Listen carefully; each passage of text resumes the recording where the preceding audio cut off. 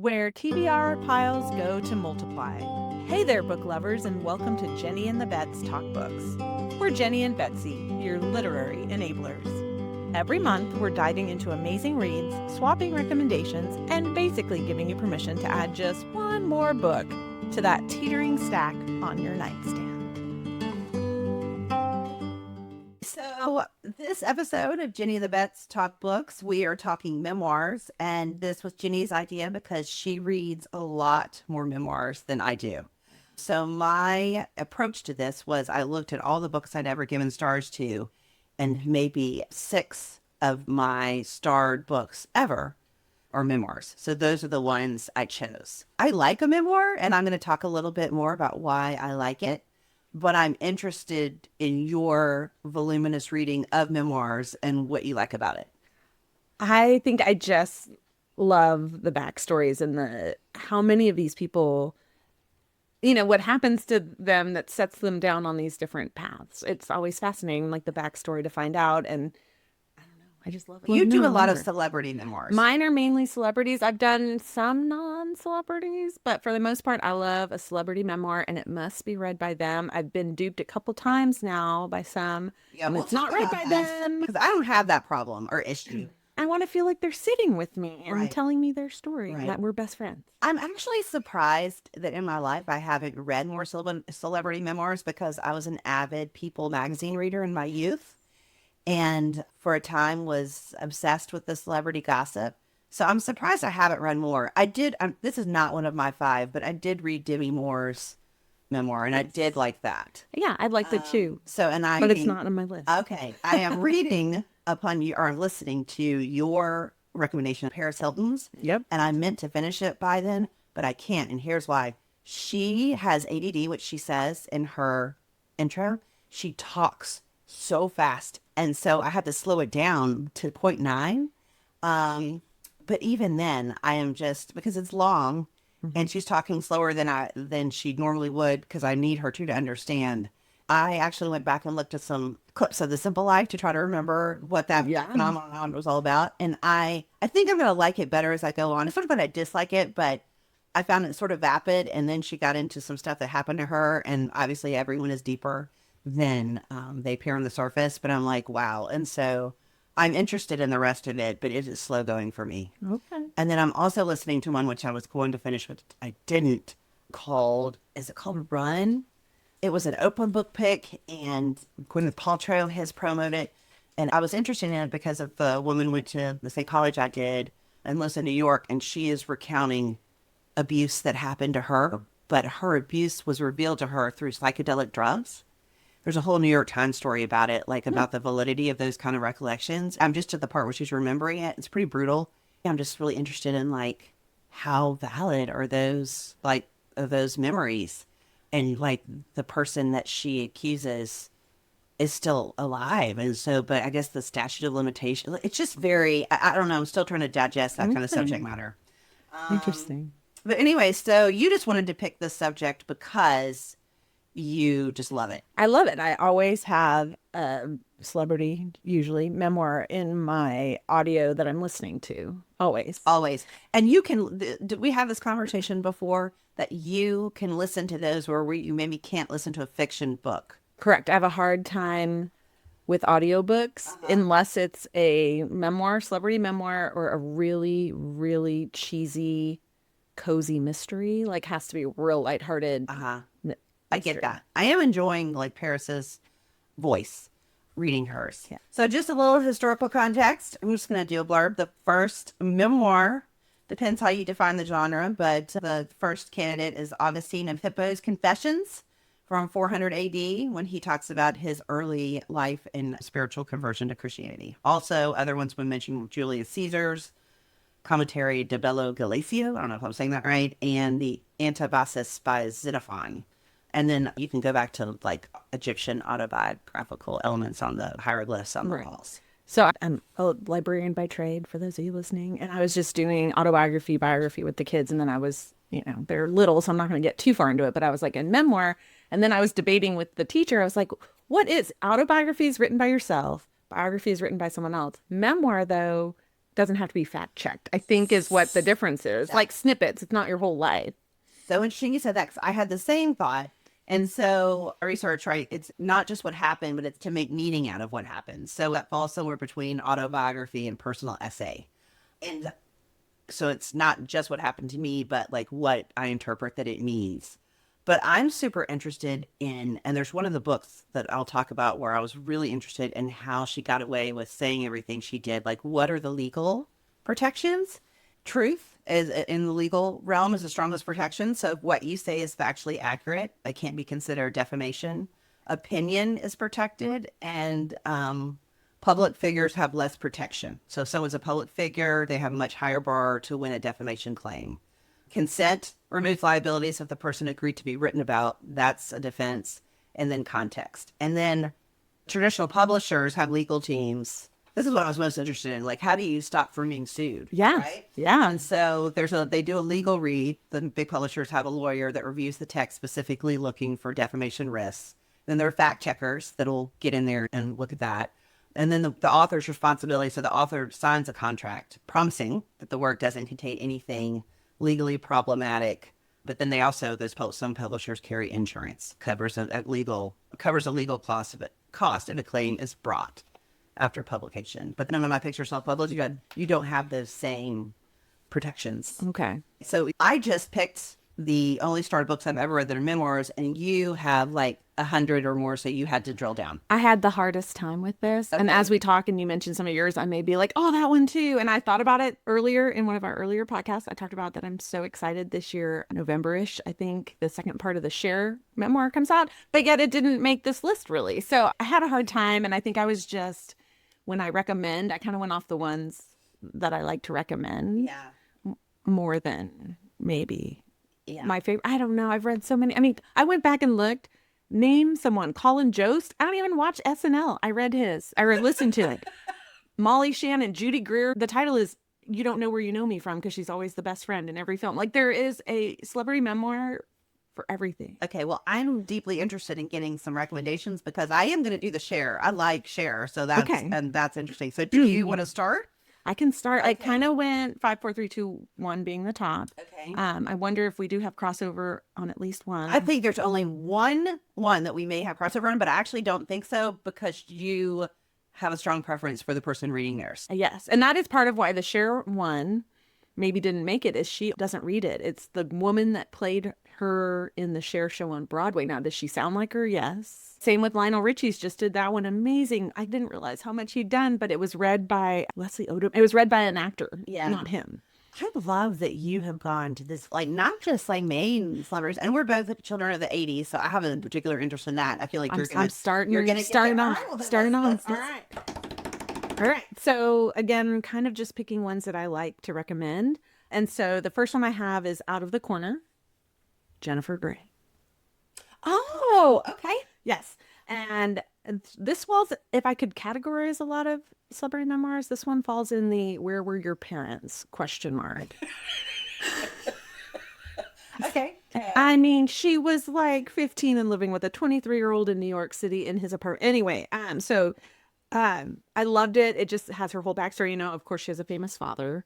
Joel Grey is a Broadway star, Cabaret, the original, all of that. So you find out that's the kind of world she's living in was that time. Yeah. I love that she addresses not just the one, but the second nose job. I think about that because you and I saw Dirty Dancing together this Yes. summer, right? And that is, she'll always be baby to me. Yes. And she was so beautiful. She was, but she addresses it. I grew up in the 80s. I was a people reader. I thought I knew everything. Until this book, did not realize about the Matthew Broderick, the accident in Ireland where people were unfortunately killed in that car accident. I did not know about that. So my jaw was on the floor with that.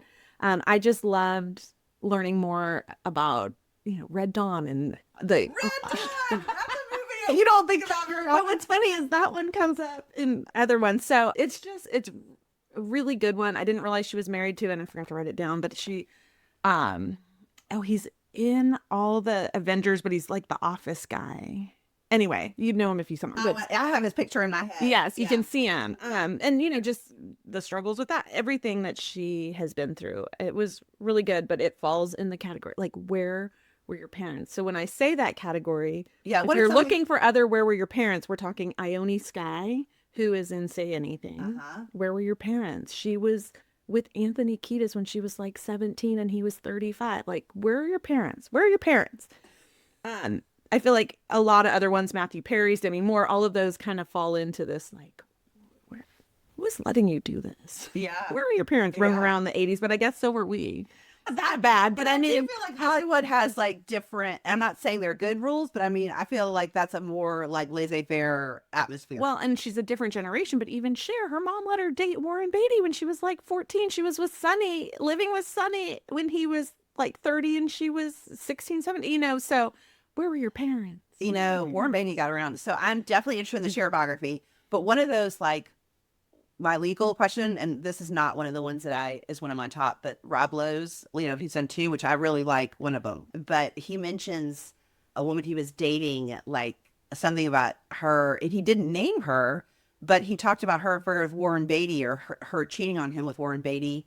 And he gave just enough information for me to figure out who it was, but he didn't say the name. And so, like, what is your legal responsibility there? So interesting. But Warren Beatty got her in. Yeah, so he was with Cher, and her mom was delighted. Like, she wasn't going to let her go out with this guy. Who's this guy? And then it's Warren Beatty, and she's like, go on out, girl, get it. So if I had to categorize some of these, there's categories, I guess. And this one falls under Jennifer Grey. It's great.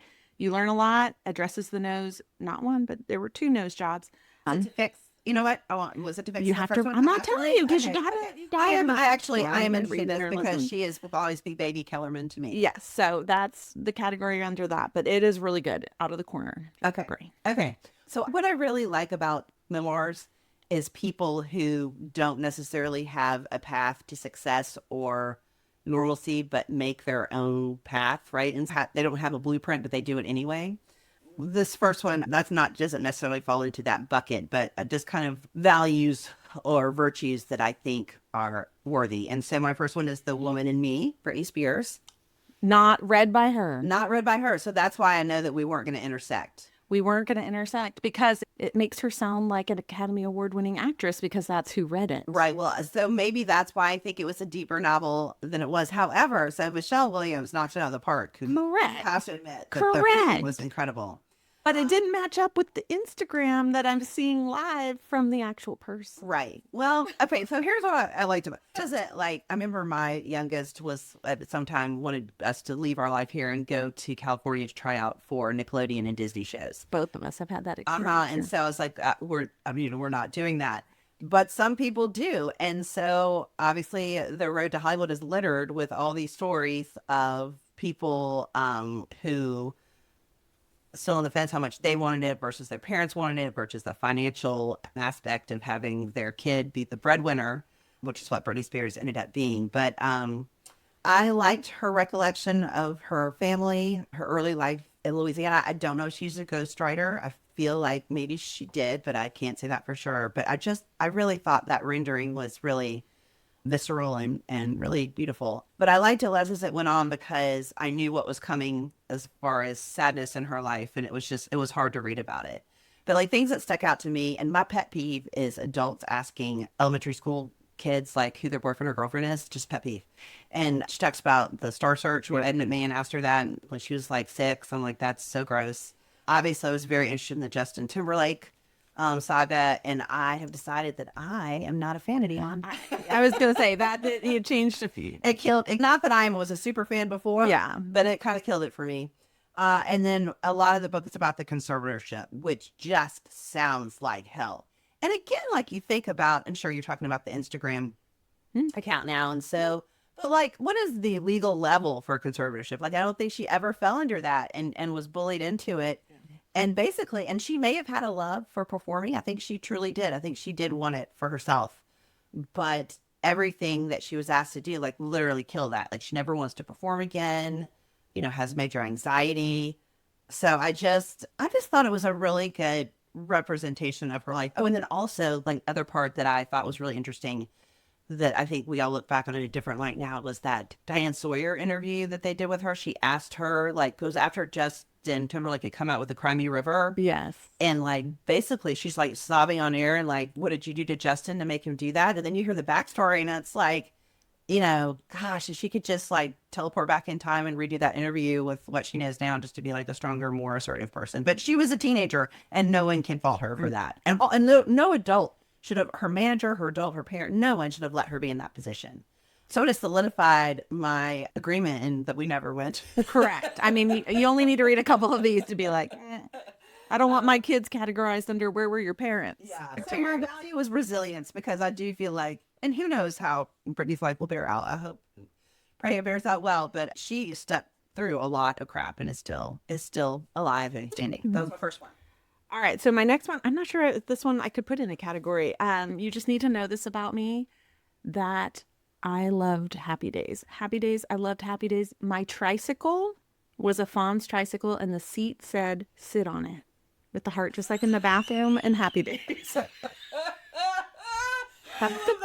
So you must know that I loved Being Henry, The Fonz and Beyond by Henry Winkler. And he reads it. So did you do all of these on audio? I only do them on audio. So this is the only thing. I do them on audio because they're my best friend now. Okay, We're tell best friends. me about Fonz. So you find out he had a really hard childhood, you know, childhood immigrant, all the things, just a really hard childhood, hard time in school, eventually is diagnosed dyslexic, but didn't know it at the time.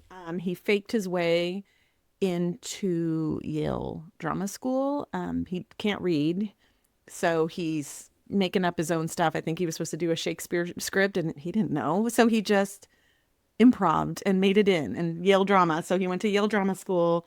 And it talks about Happy Days, and it talks about that he was not supposed to be the star. Ron Howard is supposed to be the star, of course, OB, all the things. Yeah. And so, but he became the star, and it, you know, they gave everyone else a VCR for the end of the season, and he got, you know, $1 million or whatever. So he talks about that and what he did to even things out. And it's funny, you talk about legality. So also The Boys by Ron Howard and his brother Clint. Talks about it as well. Ron talks about it, and it is the exact same story. There's no hard feelings because Henry handled it in such a way. Like, it wasn't his fault. Yeah. But there was some, you know. But it was just that the audience really responded to the Fonz. So Correct. It was just that breakdown. Yeah. And I'm sure it happens all the time. The one who was supposed to be the star of Golden Girls, or you know, you start to find out, like, this is who we thought was going to be, and this is who breaks out as the star. But he is just... you can tell he's just the kindest, most genuine man, and he has taken people in. I think Marlee Matlin, is that her name? Is it the lady that is partial to hate? Yes. Yeah, okay, yeah. I think she, you know, took her in, lived with her. I mean, like, you go through, he's just the nicest guy. And then again, as a librarian, he used his dyslexia to write children's books. They're called Hank Zipzer, and there's several, 20 or so of them. He has a co-writer, but it's about a boy with dyslexia. And it's so cool because they are printed, the books are printed with this special new font that's easier for dyslexics to read. Oh, so what I like about those Hollywood books is just the intersection of all these people that know each other in ways that you wouldn't, like the fact that, I mean, she's Marlee Matlin, they have an Oscar-winning actress, yes, right? I mean, it's just interesting that their lives intersected. There's a lot of intersecting, and you know, he does talk about that he got typecast as a Fonz, so you don't see him for a while. Yeah. When you think about that, you kind of don't see him, and then he shows back up in Arrested Development. He shows Arrested Development. He shows back up in The Waterboy. The movie with Adam Sandler. Yeah. So like he had a resurgence, and he got his own show, Barry, and then he was in Parks and Rec, and then so he's been able to kind of come back. But it was kind of dark times there for a while because you forget that once you're the Fonz or you're something like that, you sometimes cannot break from it. I haven't watched any of those other shows, but to me, he will always be the Fonz. He will always be the Fonz. He will be the little face on my bike and my little tricycle. It was pink. But when you read it, it's fascinating, and to just, again, made his own way, you know. He's supposed to be a woodworker, his dad was. Yeah. And I did like that I had kind of read that one, or I listened to that one. And then my book club did The Boys, which was the Ron Howard, Clint Howard one. And it was interesting because they were close enough together that I saw that same situation, the contract and the coming from both sides. And they're both telling the same story. Yeah. So it was interesting just to see that it was handled the same, no matter who you were looking at. Okay. But I highly recommend Henry Winkler. If even if you don't know who I'm talking about. But I did laugh when I was looking back through my things. Speaking of Gavin McLeod, who was the captain on the Love Boat. Oh, I know. I've listened to his memoir. Like I've gone too far. You need to talk to my husband because he works at the YMCA, and so for some reason he's gotten on the channel where that. So he has done a deep dive into the Love Boat. He should listen to the memoir, Gavin McLeod. It's your captain speaking, I think is what it's called, something like that. I've done that one too. Okay, well, I think we're going to be hard pressed to find one that you didn't. Yeah. Okay, so my next one I don't think we're going to diverge at all. I'm sorry, converge at all. My next one is Just Kids by Patti Smith. Have you ever? I haven't. Maybe that's one I should do. Okay, so I don't know if she reads it. I read this, and I just think about it in terms of like creativity. So she is kind of a punk. Yes. She is. This is kind of a poet, punk rock. Her seminal album was Horses. So she, this is basically talking about her relationship with photographer Robert Mapplethorpe, who died of an age-related illness in 1989. The title is Just Kids, and it starts with the summer they met in Brooklyn in 1967. So they were both 20 years old. It just talks about their journey as being broke young artists in New York to becoming who they ended up being. Smith was from working class South Jersey, and Robert was very shy, a design student who was wrestling with his sexuality. Like they dated and were lovers. And then they became just friends. They had no money, but they pushed each other. And it also talks about like they both lived at the Hotel Chelsea in Manhattan. And this is the part I found most interesting. So many like people just lived there, like Allen Ginsberg, Janis Joplin, Sam Shepard, William Burroughs, just all of those little side vignettes of their interactions with those people I thought were so interesting. And so he ended up moving into like high art and photography. In fact, I think some of his stuff has been banned from different, some of Wasn't like, he the one with the Jesus and urine or something? I can't remember exactly, but he has some pretty avant-garde. On one hand, maybe offensive on the other hand to people. And then she was a surreal poet, punk performance art, and talks about that. And so she wrote the book because she promised him on his deathbed that she would tell their story. It has like an innocence and charm. It's not very long, as I remember, but it's a world that I obviously will never be close to or never see. But it was also a time capsule of like the 70s in New York. Talking about anything goes, right? Like people are doing all kinds of crazy stuff. Well, where are their parents? Yeah. Well, I guess they were in the house, but it was great. In fact, it's one that I might do a reread on. I really liked it, and I still think about it. Nice. Okay, what's up for you? I have not done the one, so I maybe will. And I guess I don't know her well enough to know if she's reading it to me. I think if I know their voice, then I'm going to be like, yeah, I want you to read it to me. Okay, so next one. The Third Gilmore Girl, Kelly Bishop. Who's Kelly Bishop? Emily Gilmore. The mom? Wait, the grandma. The grandma. Yes. She is also the mother in Dirty Dancing. Oh, she sure is. She sure is. My all-time favorite musical is A Chorus Line, and she originated one of the roles in A Chorus Line. Talk about staying power. I mean, that's why she had to be on this, because she's in all my favorite things. Yeah. Tell me about her. So, or tell me what you don't want to spoil. I don't want to spoil too much, but what I loved is, so A Chorus Line, is the story of these dancers trying out for a show. And it came about from these dancers sitting down one night in a studio and telling their stories. And then those actual stories become A Chorus Line. So I don't know if have you ever seen it? I can't remember. This is how that I can't. 5, 6, 7, 8. I think I have. Yeah. Anyway, so her story is she's one of the ones that sings at the ballet. Oh, okay. And that is truly her story, her memory of growing up and finding her parents and her relationship and her, with her mom. And so her part of that is real. And so then she also got to originate the role then for giving that story. But the stories in A Chorus Line are all stories from true dancers in New York that came together and talked with this guy that was like, I'm writing a script. And they told their stories and he turned them. So they're real people. They're real stories. I lost her career. Yes. And she won a Tony. Mm-hmm. And then it kind of launched her career. But she's one of those, and hers reminds me very much of Ina Garten's, which is like be ready when the luck happens, right? So she was not supposed to have the role of the mother in Dirty Dancing. She was supposed to be the married woman that likes Patrick Swayze.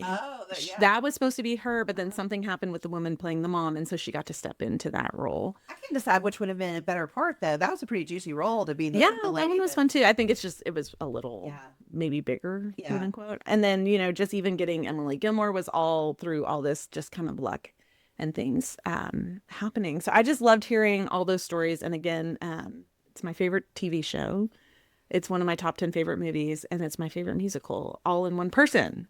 Well, I'm watching it with my youngest. Or actually, she's watched it like that series 4 or 5 different times. It's my first time through. Yeah. But yes, I do like her character. Oh, yeah. Yeah, it's a good part. Yes. Does she date anybody? Is there any scandal in her life? She has a couple marriages, if I remember correctly. I don't remember that sticking out as much as just... This is not a Where Are Your Parents? No. No, it wasn't Where Are Your Parents. I mean, if nothing, it falls into the category of like, I don't like your mom. But it's because it's, the story, like, someday you'll be beautiful. Kind of thing was what her mom would say to her. So, no, I just love that she's kept up with... So Gilmore, like she was even in Marvelous Mrs. Maisel. Anything Amy Sherman Palladino does, she puts Kelly. Okay. Well, she's good. Okay. Well, that's a recommendation. My next one is a memoir called All My Knotted Up Life by Beth Moore. Do you know who Beth Moore is? No. So she lives in our area. She was huge in the 80s and 90s and the Baptist community. She is a Bible study teacher and has written a lot of books and leads Bible studies. Okay. So I have not ever listened to one of those. I wasn't familiar with her from that way until I read this book. But my value is bravery. And this is basically her just telling her story. So that's who she was on the end point. But this just tells who she was as a little girl and through her family. And then she broke from the Southern Baptist Convention and now goes to I think an Episcopal church because she spoke out against Trump in the first presidential election. She kind of got excommunicated for that. But the story is mostly about her growing up in Arkansas and her family. And it's really about, and I don't think I'm spoiling anything because I think this is in the book jacket, is that she was sexually abused by her father. Okay. And so she talks about the shame and self-sabotage and how she overcame that. And he is deceased now. I think she said she waited to tell until after he had died. I can't remember if I read this or listened to it. And I may have listened to it and she may have read it, but I'm not sure about that. I think it made some people's top 10 lists the year it came out. It came out a couple of years ago. But I found it deeply moving. And also her husband, I think, suffered. She's been married to the same person the whole time, but I think he suffered from depression and issues and just talking about what it means to stay in that marriage and how they'd come out the other side. So the bravery aspect was just her speaking out against things that she thought were important. She talked about misogyny in the Southern Baptist Convention and how women weren't allowed to have roles of being a worship leader and the pushback she got for that. It's really funny and well written. And I liked the Texas aspect. So that was my number 3. All right. And so my next one, we kind of already talked about it. So my next one, my recommendation, Hear Me Out. Number 1, Hear Me Out is Paris by Paris Hilton. Okay. I need to know what about this is so affecting for you. I just think you pull back the curtain and you saw her as Simple Life and the baby voice and all those things. And none of that is real. Do you know what I mean? Her life and that experience you talk about, the couple years she's at that camp and trying to escape and everyone's sending her back, even though she's telling them what's going on, just everything that she's been through and then kind of come out on the other side, did the simple life, got married, had the kid, all the things. And you just think, I just thought you were this Nepo baby that got everything you wanted in the world. And here is this whole other side to you. Yeah. So it was one of those, I think it sticks with me the most because I had to read it for book club. We have one member that really likes celebrity memoirs. So every once in a while we throw one in there. Yeah. And so I think all of us were like, no. And she was like, no. And then all of us came back together like, oh my gosh, I have a new respect for this woman. I cannot believe, and I think she also had learning disability. You see some of these things play into all her, how that colored her world. And I think going back to Henry Winkler, how does that, and so I just think it was oh, like you opened my eyes. I think just sometimes I need that in my life. Like, you don't know what people are going through. Okay, so I'm aware what happened at the camp or the school. I haven't done Yeah. there yet. So we've just gone through a first awful experience that I mean, obviously everyone's, as I said, everyone's life is deeper than it appears on the outside. Yeah. I am having a problem. I had to slow it down because she's talking so fast. But it's not in that baby voice. It's in a normal voice. She has feel no like voice. my voice is kind of like a baby voice. Wow, it's not like the Simple Life one. Well, let me do this. I am enjoying it. Jury's still out on my rating for it. I'm gonna finish it. You have to finish it. Oh, no, I'm going to finish it, but it's like I said, it's 8 hours more because I'm on 0.9 because I'm having a hard time keeping up. Also, do you get to describe yourself as iconic? Like, don't other people need to describe you as iconic? Maybe she was actually talking about a dress she wore, but she was like, this was an iconic moment. I was like, do you get to decide whether that's an iconic moment?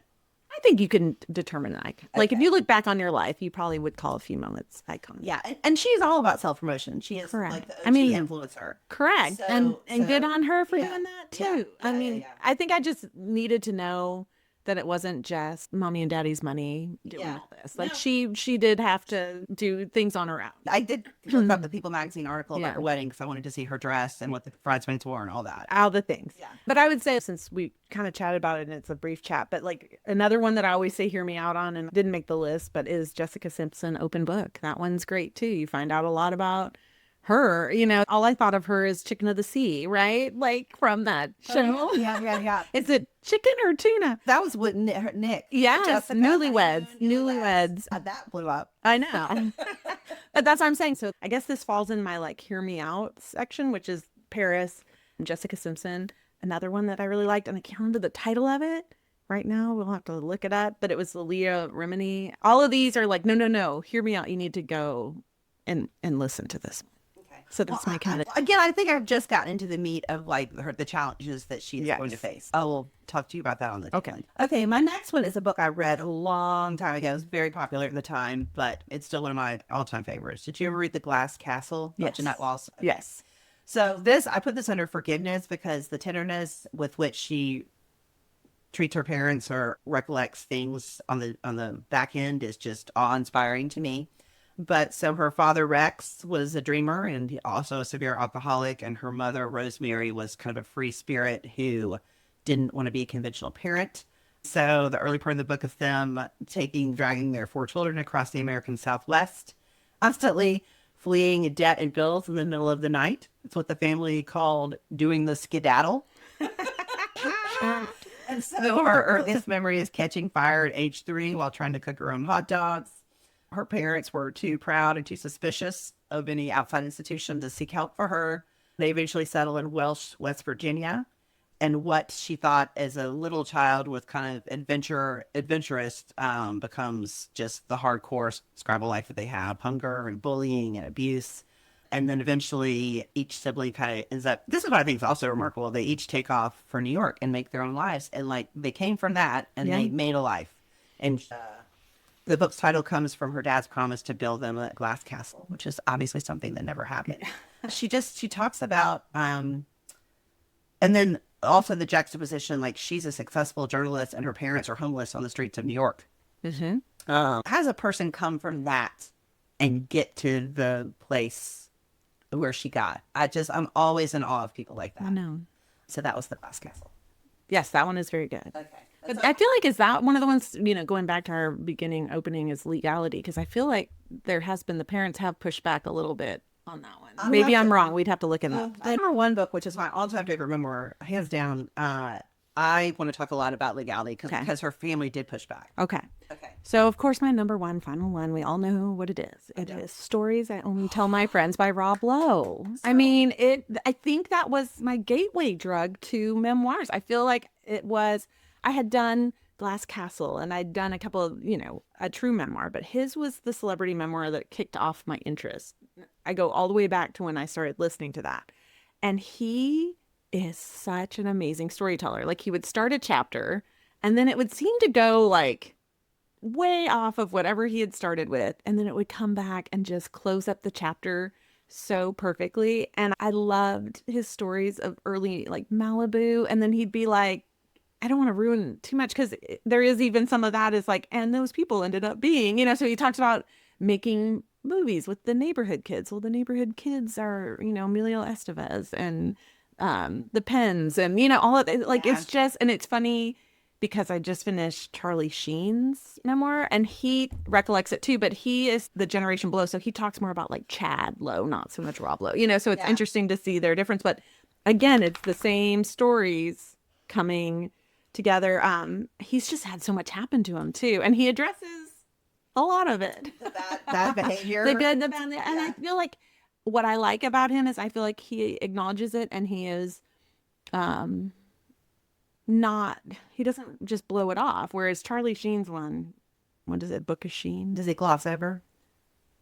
Well, there's not a whole lot of like accountability. Yes, Yeah. thank you. But I feel like Rob is like, Yeah. I was dumb, I did, but I just loved it. And again, I think it's the 80s. I mean, it falls purely into that childhood and how everything came about. And like, it's got everything you want. And he's such a good storyteller. And I just loved it.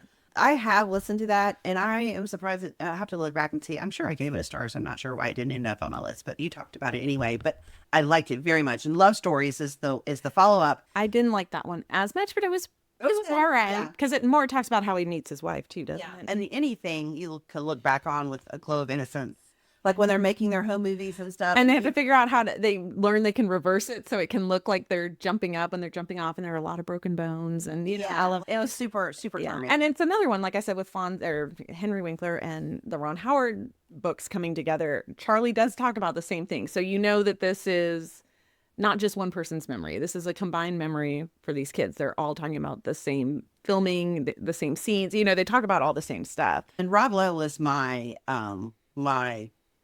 80s person of choice as a teenager. So I had the poster of him with the saxophone.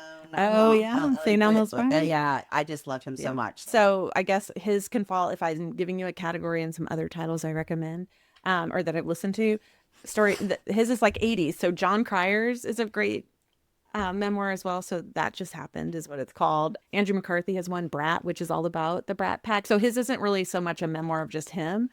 It even made it into a documentary, Brat. I watched the documentary. Okay, so the book is pretty the same, but it covers all these people. So if you're looking for some 80s stories, I only tell my friends Rob Lowe, John Cryer's is good, Andrew McCarthy, Jennifer Grey's 80s too. I mean, Demi Moore. I mean, we've talked about them all. We've talked them all.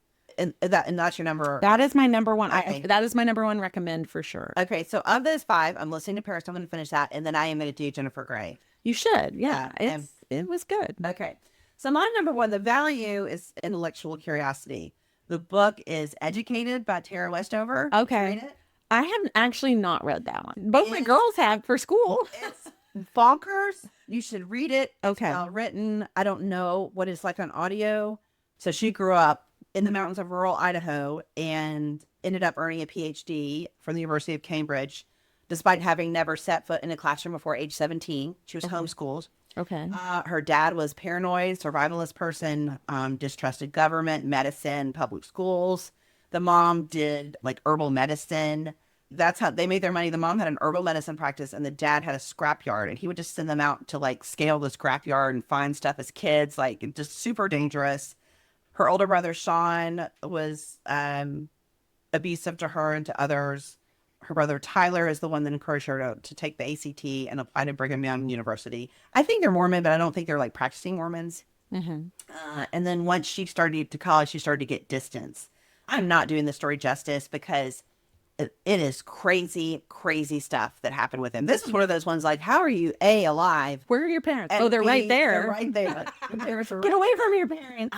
But what is so interesting about this? And there's a story. I think her one brother like caught the scrapyard on fire and like has like burns all over, and another one that has like some other like severe injuries from things. But what I think is so interesting, this is one where she lost her family by telling this. Okay. So they sided with the father and the brother, the one that she said was abusive. And I remember, so my book club read this. And I guess you read a story and you think like it's a story. But then I got on Facebook and looked up her relatives who were like on Facebook with their accounts public. Oh. So she describes someone or the injury. I'm like, okay, was that what the injury looked like? And then like they're saying like trash talking her, like this isn't true. So partly she feels gaslit because she's saying these things and everyone is saying, no, that is not what happened. It's Glass Castle-esque, but more Venus. Okay. But then the family is like, no, that didn't happen. So then I think, like, how did this get published and have they not been sued and all that? Yes. Because you're talking and it reminds me of that Oprah one. Do you remember the guy that got in so much trouble? It was supposedly his memoir, but it was like made up and whatever. Yes. Yeah. Fry. Right, yeah. I guess it was about addiction. That's right. Yeah. So I don't know what happened with the publisher on that one. Well, I want to just thank you. Oh, okay. Do you have anything else to say about Memoirs? Well, I did try to pick thinking a little different than you, but I was like, there's some that I thought we were going to mention and we didn't. What are they? Like Becoming.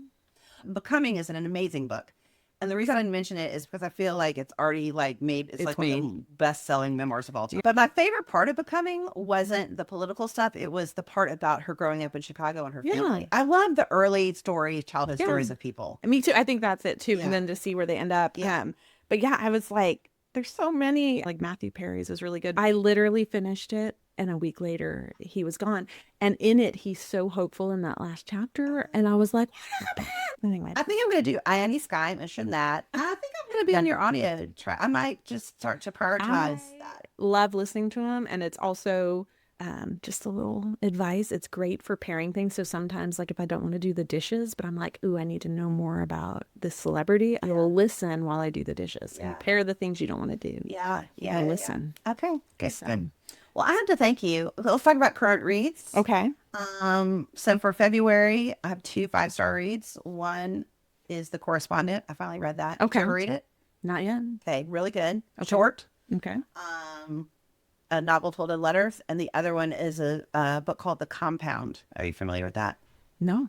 So it is telling the story, a reality show, but it's a little bit apocalyptic because it's set in the near future, but they don't talk a lot about that. They talk about what's going on in the house. You can look it up on Goodreads. I think people either really liked it or really didn't, but they have strong feelings about it. I have a strong positive feeling. When you hear like reality show, you think it's going to be like kind of like the Traitors that just finished? Like the Traitors that just finished. And I have watched Love Island. I'm not afraid to say it. So I was familiar with Rob from Love Island. Ooh. But this is, the Compound is like a completely literary take on a show like Love Island. Okay.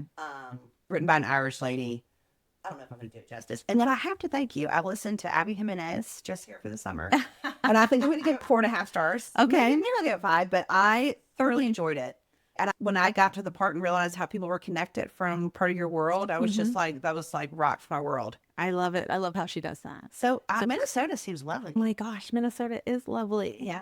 It is so nice. What have you been? So if we're going off of 5 stars, didn't pull my phone up. I was hitting kind of a lot of 3s, and maybe I gifted a 4 or 2, and I just hadn't hit a 5-star. And then my first 5-star of the month is this book reminds me of you, and I can't think who wrote it right now. Maybe if I can check my Goodreads. So it's 12 months, and a woman, her husband has passed away, and she gets a phone call from a bookstore, and they say, you have a book here. And when she gets there, he's picked a book for every month to get her through the first year of him being gone. Is it fiction or memoir? It's fiction. Oh, I just read It's Not Her by Mary Kubica, K-U-B. Oh, I see it. It's very good. Okay, It's good. very good. I gave that one 4. Okay. But this book made me think of you. Oh, it's by Libby Page, and it was my 5-star. It was so good. I'm listening to the new Finley Donovan. Finley digs her own grave. I only did the first one and I really liked it, but I think she has a whole. I think this is number 5. Yeah. I think this is number 5. Ellie Cosimano, I think is the author. That's what I wrote down. Yeah. It falls in that easy for me to listen to. Yeah. But looking back just now on my Goodreads, one thing I did read and I enjoyed it, and I guess I don't think it's a memoir. I guess it was just nonfiction. Was Everything Is Tuberculosis by John Green. I enjoyed it. It wasn't 5 stars, but Have you read the Anthropocene Review? It's essays that he wrote. No, I haven't. Okay, so that's really good, and I did that on audio, and it's really great to hear him read them. It reminds me of Bill Bryson, who I loved for years and years. Oh, and okay. years, who was also kind of a nonfiction writer. Yeah. So I'll have to look up this other. You would like the Anthropocene Reviewed on audio. I guarantee it. Okay. Well, yes. I don't think I have anything else. Okay. Well, I just wanted to mention thank you to our listeners. And if you would give us a review on Apple, not just maybe a star rating, but also a written review. That helps us to get visibility on Apple Podcasts. Happy reading, and I hope you found some new memoirs to add to your list. See you next month.